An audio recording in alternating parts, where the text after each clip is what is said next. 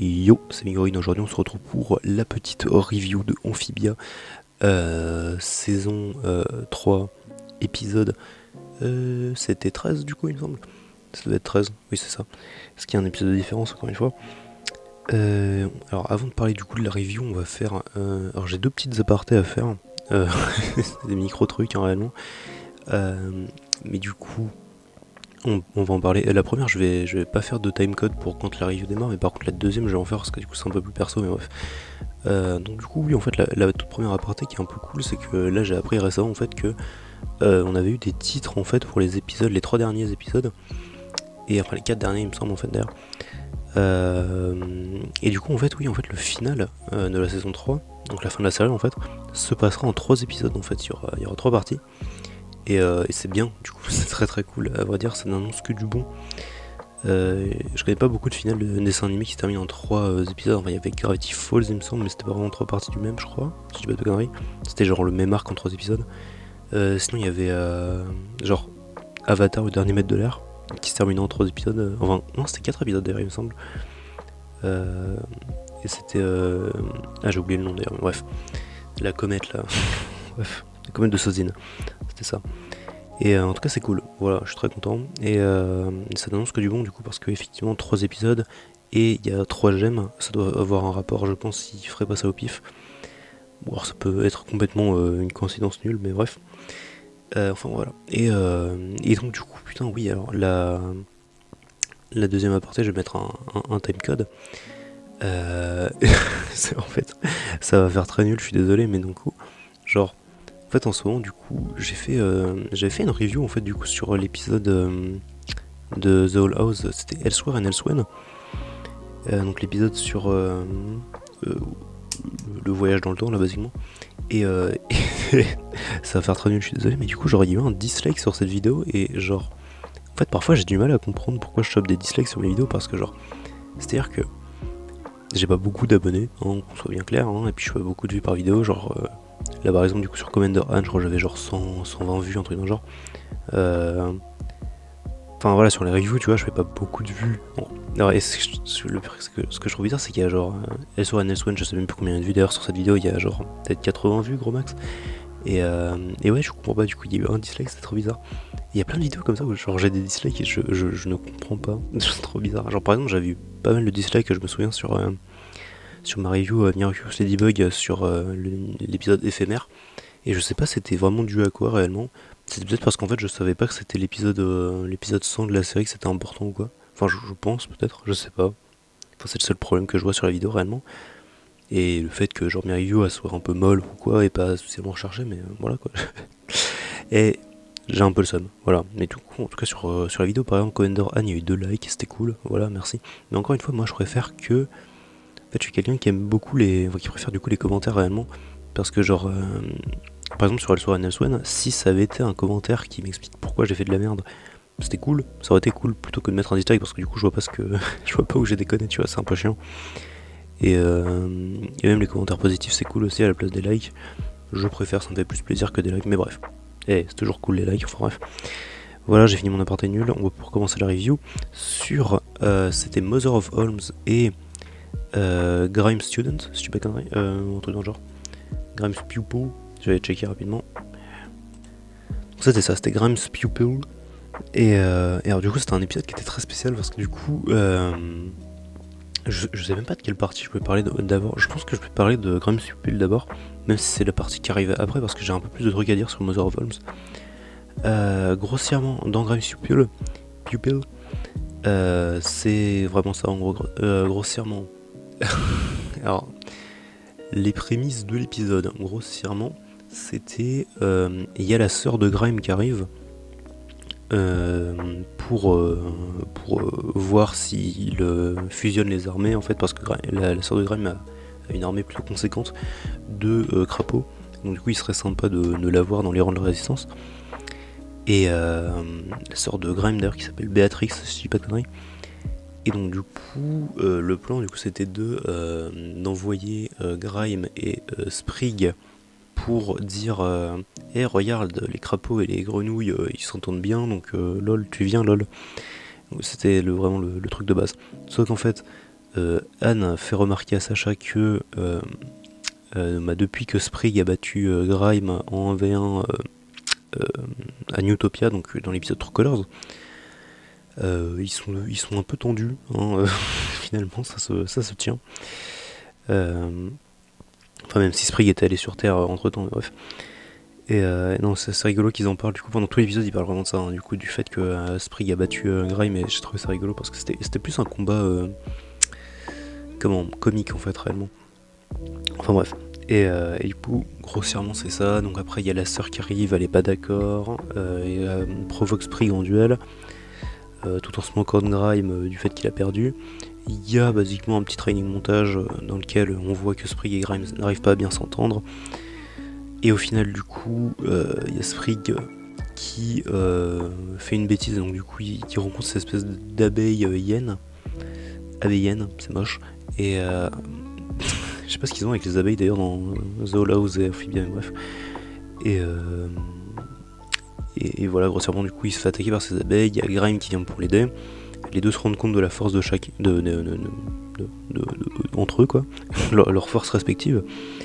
Et. Donc Sprig il est agile, il est rapide, machin, et puis Grime il est fort et tout. Et donc du coup là il y a un vrai training montage dans lequel Grime lui apprend vraiment des trucs et tout. Et donc du coup il y a le combat qui se passe correctement, voilà. Sprig galère un petit peu, et au final il finit par gagner. Et voilà, c'est vraiment le seul truc que j'ai retenu en fait dans cette partie d'épisode. Il ne devait pas y avoir grand chose réellement, c'était juste rigolo, voilà, un épisode bien sympa. Et donc, on va parler directement de Mother of Homes, qui est un épisode un peu plus intéressant, on va pas se mentir. Donc du coup, comme le titre l'indique, on découvre la mère des Holmes, qui est du coup la fameuse, la plus sage des Holmes, et la plus vieille. Épisode dans lequel d'ailleurs il y a Hop qui se pète la jambe au début, qui se fait mal à la jambe au début, c'était rigolo, parce que du coup il est vieux, c'était un des points principaux également de l'épisode, c'était que Hop est vieux et il a un peu le seum, il est en mode je peux aider personne en fait parce que je suis vieux, putain. Alors qu'en fait, au final, à la fin, il arrive à aider tout le monde justement de par ses connaissances et du fait qu'il est vieux et que du coup il a plein de connaissances un peu random. Et grossièrement, en fait, l'épisode, c'est donc du coup Sacha, Anne et les Plantaires qui arrivent voir Mother Holm. Elle leur dit qu'en fait qu'elle ne se souvient pas de la prophétie. D'ailleurs, effectivement, j'ai noté un truc. Mother Holm qui est plus choquée de voir des grenouilles qui viennent la voir plutôt que de voir des humains en fait, parce que le seul commentaire qu'elle fait sur les humains c'est exotique, dis donc, unique finalement. Je trouve ça rigolo. Et donc du coup en fait elle n'arrive pas à se souvenir de la prophétie, mais parce que du coup elle a des petites pertes de mémoire du fait qu'elle est vieille. Et donc du coup le plan réellement c'est en fait elle leur donne de la crème de cerveau, c'est genre vraiment de la crème appliquée sur le cerveau réellement en fait. Parce que Anne justement elle était en mode ah ouais donc on va le mettre sur votre front. En fait non, il faut vraiment le mettre sur le cerveau quoi. Parce que vu que Mother Holm est gigantesque, tu peux rentrer dans sa tête directement pour aller soigner son cerveau basiquement. Et donc c'est ce qu'elles font, enfin ce que les Plantaires font, et sans Hop, du coup c'est les Plantaires, Sacha et Anne, sans Hop, et donc du coup ils rentrent dans le cerveau dans la tête de Mother Holm. Il y a plein de trucs hein, d'ailleurs, enfin c'est vraiment sale d'ailleurs, hein, c'est tout dégueu partout. Et il y a une blague d'ailleurs sur le eardrum, d'ailleurs qui était drôle, c'est quand ils rentrent dedans, il y a le eardrum, le tympan, et en fait, eardrum en anglais, ça veut dire basiquement tambour d'oreille en fait. Et donc, du coup, justement, il y a Sprig qui tape sur la porte et ça fait un bruit de tambour. Enfin, de batterie réellement, mais bref, du coup, je trouvais cette blague un peu drôle. Bref, il y a un moment, ils arrivent dans le système nerveux et il y a plein de. C'est basiquement des câbles électriques en fait, basiquement. Et c'est un peu ce que c'est les nerfs en fait, finalement. Et donc, du coup, à chaque fois qu'ils touchent un nerf, il y a Mother Holm qui se tourne dans tous les sens. C'est une partie d'épisode qui est drôle réellement. Et donc, ils arrivent au cerveau en fait. Et justement, Mother Holm se plaignait qu'elle entendait en fait dans sa tête comme des espèces de petites, plein de battements d'ailes en fait. Et du coup, c'est ce qu'il y a parce qu'à l'intérieur du cerveau, enfin pas à l'intérieur du cerveau, non, là où il y a le cerveau de Mother Holm, déjà il y a le fameux docteur Johan. Le docteur Johan, c'est le mec qui a appliqué la crème à Mother Holm avant, Du coup il est mort dans son cerveau, c'est un peu triste. Et d'ailleurs je note là-dessus, mais en fait au bout d'un moment ils sortent hein, forcément de sa tête et ils ont laissé le cadavre du docteur. Pas super healthy hein, finalement. Mais donc voilà, en fait le problème c'est qu'il y avait plein de chauves-souris en fait dans la tête de Motherholm, et donc du coup ils arrivent à les faire sortir. Puis après ils se retrouvent dans le nez de Motherholm. Du coup là justement c'est le moment où Hop les aide à sortir en prenant plein d'herbes pleines d'allergies en fait, et du coup ça fait éternuer Motherholm, mais du coup ils sortent du nez. Voilà.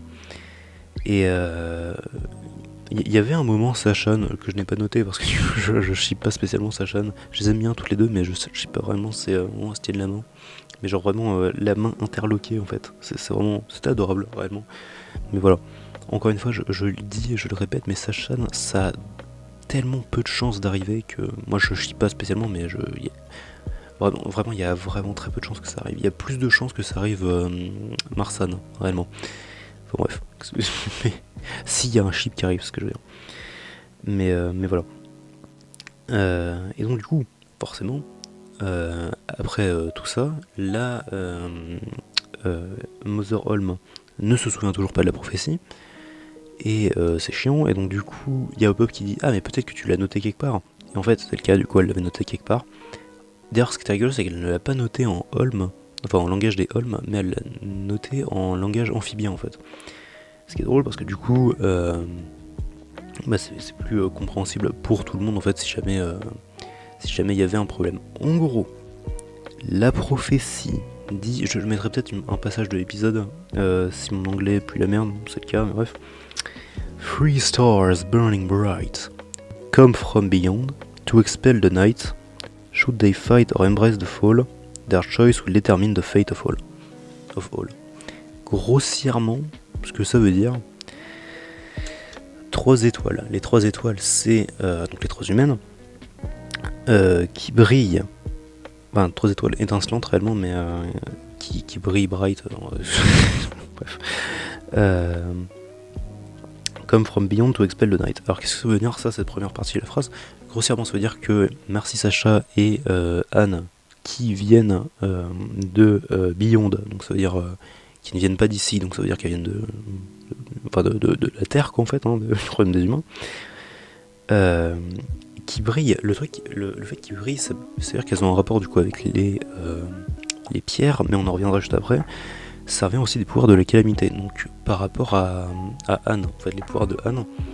Et justement c'est ce que Motherholm lui dit, c'est genre est-ce que tu brilles avec les pouvoirs de la pierre? Et elle dit bah ouais, des fois je me suis j'avais des pouvoirs pour par rapport à Calamitian en fait, hein, les cheveux bleus, tout ça. Et elle fait ah c'est super. Et après il y a Sacha qui est là en mode oh ça veut dire que nous aussi on va avoir des super pouvoirs d'animé, un truc dans le genre. Je trouvais ça drôle, bref. Et d'ailleurs c'est le cas, mais on en reparlera juste après. Et justement la partie intéressante de cette phrase c'était come from beyond to expel the night.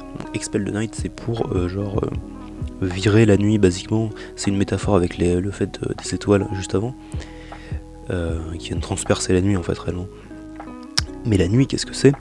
The Night en fait ça a un rapport avec The Core, donc le noyau, donc The Dark, donc donc Darcy réellement.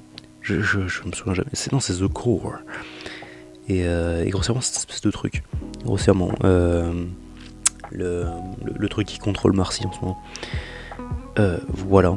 Et après du coup j'ai justement Motherholm qui parle du fait que réellement les 3 étoiles, donc les trois humaines de la prophétie, viennent réellement sauver Amphibia en détruisant la mauvaise partie d'eux, la pire version d'eux. Ça doit être une métaphore avec Darcy hein, également. Mais voilà, j'ai trouvé ce passage intéressant. Et du coup, là, il y a la deuxième partie, qui est intéressant.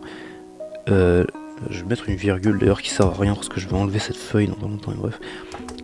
Should they fight or embrace the fall? Donc, devrait-elle se battre ou accepter la chute, hein, la demise finalement? Et donc ça, c'est doivent-elles se battre?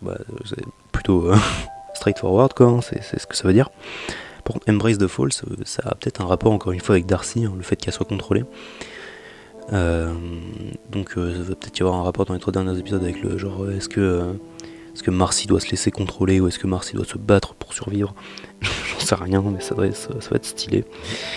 Et leurs choix détermineront le destin de tous. Donc ça c'est un rapport avec du coup indirectement Amphibia. Bref, le monde d'Amphibia en général. Mais ce délire de détruire la pire version 2, c'est un délire de... par exemple, la pire version par exemple de Marcy actuellement, c'est Darcy, donc le délire c'est de battre cet ennemi, du coup, je suppose. Voilà l'histoire. Et justement, il y avait un passage intéressant avec ça, c'était que Mother Holm dit « Oui, vous aurez tous des super pouvoirs d'animé », enfin basiquement ils font une blague là-dessus, bref. Le fait qu'en fait, il parlait que Anne, du moment qu'elle a elle des pouvoirs de la pierre, et en fait Anne a dit à Mother Holm que comment il s'appelle, Andreas avait volé la boîte à musique. Il y a Mother Holm qui dit que du moment que Anne a elle en elle les pouvoirs de la pierre, elle peut rendre leur pouvoir à Marcy et à Sacha. Et c'est intéressant, donc du coup la possibilité de Calamity Sacha et Calamity Marcy n'est pas encore morte. On les verra à tous les coups. Ce que je veux dire c'est que, j'en ai pas parlé, mais effectivement il y aura 3 épisodes, 3 parties du dernier épisode. Donc il y aura probablement un épisode centré sur les 3 filles en fait, hein, donc probablement dans l'ordre Sacha, Marcy et Anne, ou alors Marcy, Sacha et Anne, mais le dernier épisode sera probablement sur Anne. Il y a des chances, voilà, en tout cas c'était un bon épisode vraiment qui nous, comme le dit Sacha dans l'épisode, nous donne une nouvelle partie, une nouvelle pièce du puzzle qui est intéressante. Et dans le prochain épisode d'ailleurs il y a des chances qu'on ait... alors je vais pas tous les titres d'ailleurs, mais... Merde, du coup je viens de me faire interrompre, pardon, du coup je sais plus ce que je disais, donc je mettrai en texte la fin de ma pensée si jamais il y en avait une. Voilà, en tout cas, bon, c'était un très bon épisode. Oui, non, putain, oui, je devais te parler du fait que du coup dans le prochain épisode... Oui, c'est ça, ok, non, j'ai pas les titres du prochain épisode, mais du coup, apparemment, de ce que j'ai vu sur le Reddit, apparemment dans le prochain épisode, on va avoir des nouvelles pièces du puzzle, encore une fois, sur le passé de Andreas, parce que pour l'instant on n'a rien... Enfin, rien, non, on n'a pas grand chose à dire sur le passé d'Andreas, mais du coup, ce qui est intéressant, c'est du coup le passé d'Andreas et quand il s'est fait apparemment trahir par ses alliés proches, et notamment cette fameuse grenouille rose qui a probablement peut-être un rapport avec Spree, on ne sait pas. On verra bien. En tout cas, du coup, c'est tout pour aujourd'hui. On se retrouve la semaine prochaine pour. Enfin, samedi prochain, du coup, encore une fois pour The Owl House, et dimanche prochain pour Amphibia. Je pense qu'en fait, je vais continuer à faire comme ça. Sauf s'il se passe vraiment un truc important que j'ai envie de parler dans un des épisodes, mais encore une fois, généralement, je regarde juste. Je regarde vraiment les épisodes comme ça, en fait. En réellement, je me renseigne pas sur les épisodes avant, en fait, donc c'est pour ça. Il y aura juste, du coup, il y aura une semaine en fait au final où il y aura pas un épisode de The Owl House, il y aura seulement un épisode d'Amphibia. Je crois. Je sais même pas en fait s'ils auront le même nombre d'épisodes. Ah merde, ouais, j'ai même pas fait gaffe. Bon, bref, on verra bien. En tout cas, du coup, bisous à tous et à la prochaine.